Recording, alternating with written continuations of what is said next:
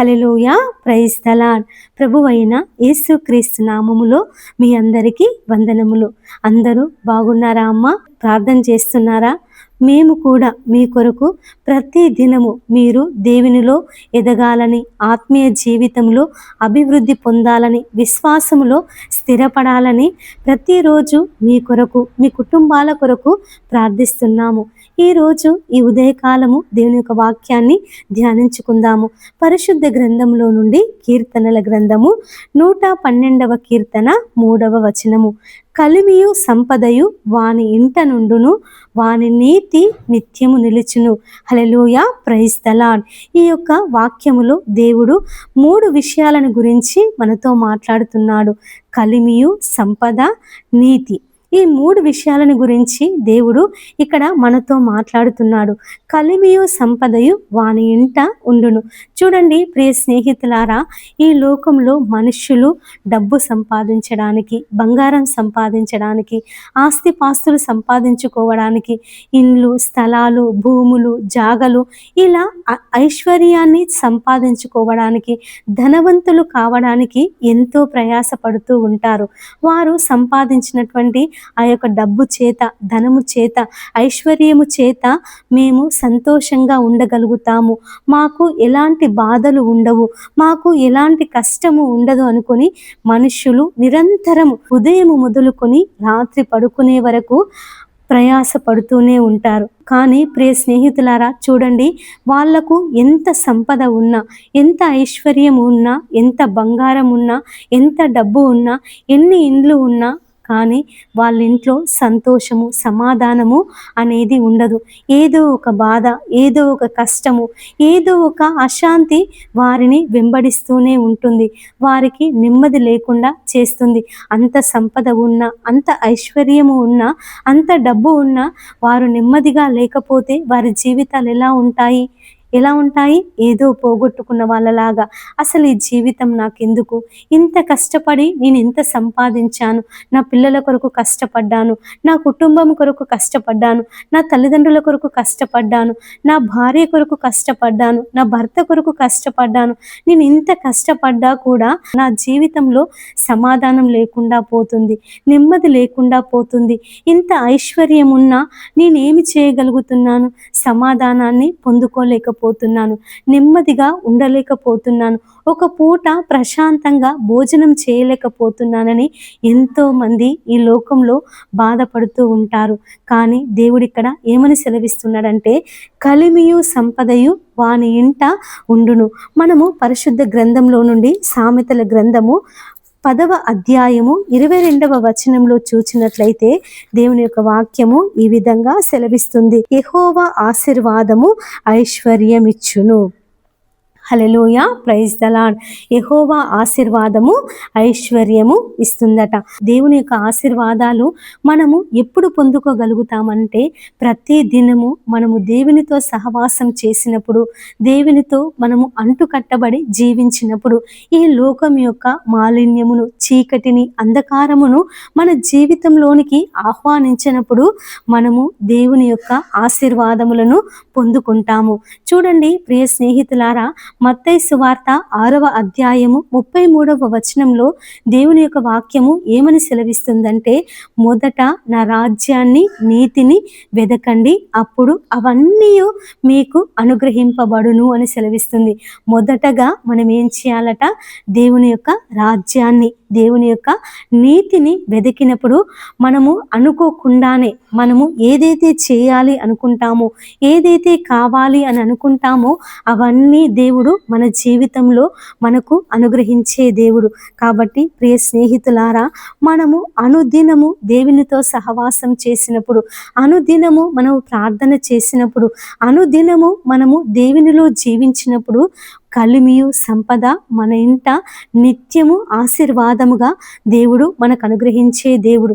ఇక్కడ కలిమి సంపద అంటే డబ్బు, బంగారము కాదు, దేవుడిచ్చేటటువంటి ఆశీర్వాదములు, దేవుడిచ్చేటటువంటి మేలులు. చూడండి ప్రియ స్నేహితులారా, నీకు గొప్ప ఐశ్వర్యం ఉండొచ్చు, కానీ నీకేదైనా షుగర్ వ్యాధి ఉంటే, నువ్వు భోజనము చేయలేవు. నీకు ఎంతో డబ్బు, ఎంతో ధనము ఉండొచ్చు, ఎంతో బంగారం ఉండొచ్చు, కానీ నీకు పక్షవాతం వస్తే ఆ యొక్క బంగారాన్ని నీవు అనుభవించలేవు. నీకు ఎన్నో ఇండ్లు ఉండొచ్చు, కానీ నీవు మంచాల పడి ఉంటే, లేవలేని స్థితిలో ఉంటే, దీర్ఘకాలిక వ్యాధి చేత బాధపడుతుంటే ఆ యొక్క ఇండ్లను నీవు అనుభవించలేవు. కాబట్టి ప్రియ స్నేహితులారా, దేవుడు ఏమని సెలవిస్తున్నాడంటే, నేనిచ్చేటటువంటి ఆశీర్వాదము, నేనిచ్చే మేలులు మీకు ఎన్నటెన్నటికీ అవి ఆశీర్వాదముగా ఉంటాయి. మీరు ఎంత గొప్ప ఐశ్వర్యవంతులు కావాలని కాదు, ఇక్కడ గొప్పవారు కావాలని కాదు, కేవలము మనము ప్రతిరోజు దేవునితో సహవాసం చేసినప్పుడు, ఆయన వాక్యానుసారంగా మనం జీవించినప్పుడు, ఆయన వాక్యాన్ని మన హృదయములో నింపుకున్నప్పుడు దేవుని యొక్క ఆశీర్వాదాలు, దేవుని యొక్క కలిమియు సంపద ఎల్లప్పుడూ మన ఇంట దేవుడు మనకు ఉంచే దేవుడు, మనలను నెమ్మదితో, శాంతితో, సమాధానముతో నింపే దేవుడు. ఇంకొక మాట ఏమని సెలవిస్తున్నాడంటే, వాని నీతి నిత్యము నిలుచును. చూడండి, మన యొక్క నీతి ఎలా ఉంటుందట, ఏదో కొద్ది కాలము మాత్రమే ఉంటుంది అని చెప్పట్లేదు దేవుడు ఇక్కడ. కొద్ది సమయము వరకు మాత్రమే మీకు మంచి పేరు ఉంటుంది, మీరు ఆశీర్వదింపబడతారని దేవుడు ఇక్కడ మనతో మాట్లాడడం లేదు.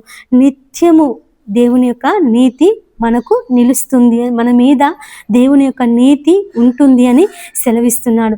చూడండి ప్రియ స్నేహితులారా, మనము అనుదినము దేవునితో జీవించినప్పుడు, అనుదినము ప్రార్థన చేసినప్పుడు, అనుదినము మనము దేవునితో సహవాసం చేసినప్పుడు, లోకంలో ఉన్నటువంటి పాపాన్ని, చీకటిని, అంధకారాన్ని చూచినప్పుడు మన హృదయంలో ఒకలాంటి బాధ కలుగుతుంది. ఆ యొక్క పాపం వైపు మనం వెళ్ళకుండా, ఆ యొక్క చీకటి వైపు మనకు వెళ్ళకుండా దేవుని యొక్క వాక్యము మనలను అడ్డగిస్తుంది, దేవుని యొక్క వాక్యము మనలను ఆపుతుంది.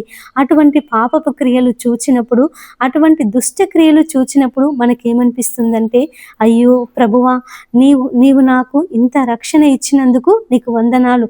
ఆ జనులు ఇలాంటి రక్షణ లేక అటువంటి అంధకార క్రియలలో జీవిస్తున్నారు, అటువంటి పాపపు క్రియలలో జీవిస్తున్నారని మన హృదయము ఎంతగానో నొచ్చుకుంటుంది. కాబట్టి ప్రియ స్నేహితులారా, ఈ దినము నుండి ఇంతవరకు మీరు ఎలాంటి జీవితము కలిగి జీవించారో, దేని కొరకు ప్రయాసపడ్డారో, దేని కొరకు కష్టపడుతున్నారో అవన్నీ కాదు, మనము మొదట దేవుని యొక్క రాజ్యాన్ని, నీతిని వెతికినప్పుడు దేవుడే మనకు అవన్నీ అనుగ్రహించే దేవుడు.